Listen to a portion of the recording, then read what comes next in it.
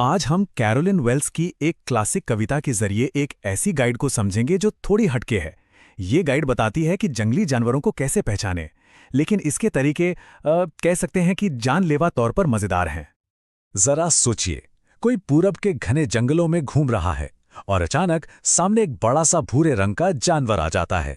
तब क्या किया जाए? ये एक ऐसा सवाल है जिसका जवाब जानना जिंदगी और मौत का सवाल बन सकता है।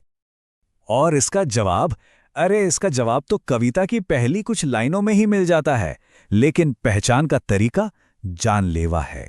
और बस यहीं से इस पूरी गाइड का टोन सेट हो जाता है।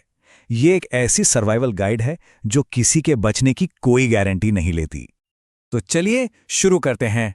हमारा पहला सेक्शन बड़ी बिल्लियों की पहचान पर है, और इसके लिए जो फील्ड टेस्ट्स बताए गए हैं वो काफी अनोखे हैं।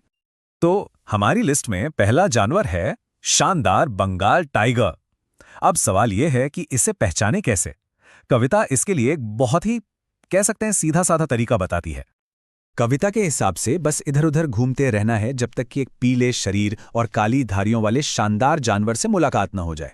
और जरा कविता की लय और तुकबंदी पर ध्यान दीजिए। ऐसा लगता है जैसे किसी बच्चे की कविता हो, लेकिन बात हो रही है एक जानलेवा सिचुएशन की। तो ये रहा बंगाल टाइगर को पहचानने का सिंपल सा रूल। पहला स्टेप घूमना फिरना, दूसरा एक शानदार जानवर से मिलना, और तीसरा और सबसे जरूरी स्टेप ये नोटिस करना कि क्या वो आपको खा रहा है। मतलब कितना आसान और असरदार तरीका है ना।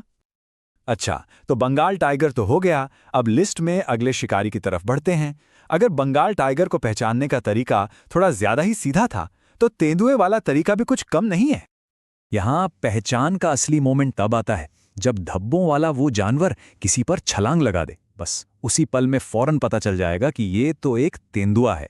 और कविता की जो आखिरी लाइन है वो बस बार बार उछलेगा, वो इस भयानक सी स्थिति में भी एक अजीब सी चंचलता डाल देती है।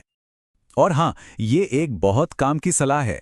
जब तेंदुए का सामना हो रहा हो तो दर्द में चिल्लाने का कोई फायदा नहीं होने वाला। ये एक ऐसा प्रैक्टिकल टिप है जो असल में किसी काम का नहीं है, और यही चीज इस ह्यूमर को और भी मजेदार बना देती है। चलिए अब एक ऐसी पहचान की विधि देखते हैं जिसमें सीधा फिजिकल कांटेक्ट होता है, और कभी इसे ऐसे पेश करती हैं जैसे ये कोई नॉर्मल साइंटिफिक तरीका हो। वाह, जरा इन लाइनों की गर्मजोशी देखिए। एक बहुत बहुत कसकर गले लगाना। यहां पर एक जानलेवा हमले को एक प्यार भरे जेस्चर में बदल दिया गया है, और यही तो इस कविता की खासियत है। तो ये है भालू को पहचानने का पक्का वाला टेस्ट। और अगर फिर भी कोई शक रह जाए तो चिंता की कोई बात नहीं। कवि को पूरा यकीन है कि वो एक और दुलार जरूर देगा ताकि पहचान एकदम पक्की हो जाए। ये तो किसी भी नौसिखिया प्रकृतिवादी के लिए बिल्कुल फुल प्रूफ तरीका है।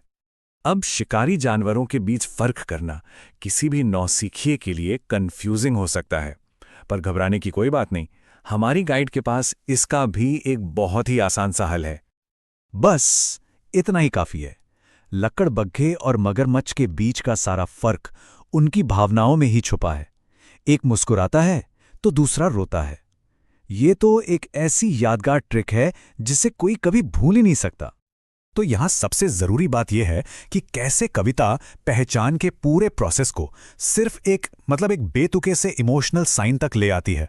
ये प्रकृति की जटिलता को एक मजाकिया इंसानी गुण में बदल देती है। बस उनकी मुस्कान या उनके आंसू देखने हैं।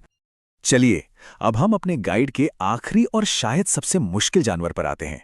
ये किसी भी एडवेंचरर के ऑब्जर्वेशन स्किल्स का फाइनल टेस्ट है। उस चीज की पहचान करना जो दिखाई ही नहीं देती। ये एक पहेली जैसा है ना। कवि पहले गिरगिट के बारे में बताते हैं कि वो छोटा होता है, छिपकली जैसा, कान नहीं होते, पंख नहीं होते।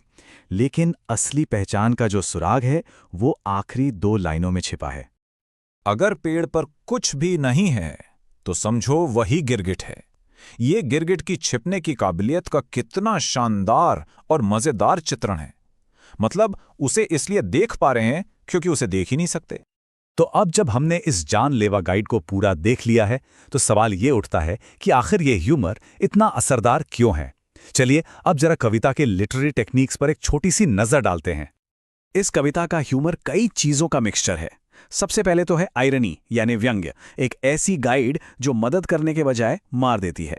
फिर है पर्सोनिफिकेशन यानी मानवीकरण, जहां लक्कड़बग्घे मुस्कुरा रहे हैं और भालू गले लगा रहे हैं। अंडरस्टेटमेंट का भी इस्तेमाल है, जहां मौत के मुंह में जाने को एक सिंपल सा रूल कहा गया है। और आखिर में इसकी लय और तुकबंदी, जो इतने भयानक विषय को भी एक हल्का फुल्का म्यूजिकल एहसास देती है। और आखिर में हम इस विश्लेषण को इस एक गहरे सवाल के साथ खत्म करते हैं। जब जानलेवा खतरों को बताने के लिए ह्यूमर का इस्तेमाल किया जाता है तो ये हमारे अपने डर से निपटने के तरीकों के बारे में क्या बताता है? शायद कभी-कभी हंसी ही सबसे बड़े डर को काबू में करने का हमारा अपना तरीका होता है।